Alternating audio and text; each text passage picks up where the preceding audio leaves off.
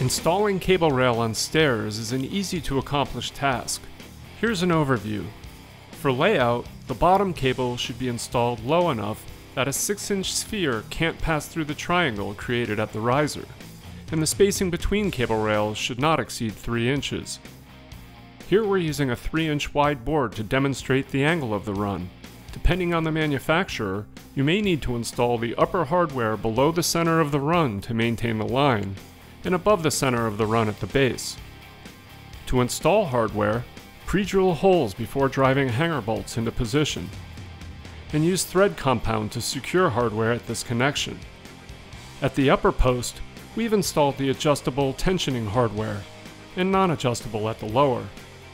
Always install cable at the non-adjustable end first, then mark the length and cut with wire cutters.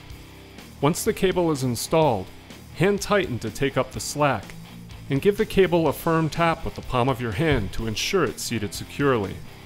Finally, with all the cables installed, tension them, working center out using a wrench or a manufacturer's tensioning tool.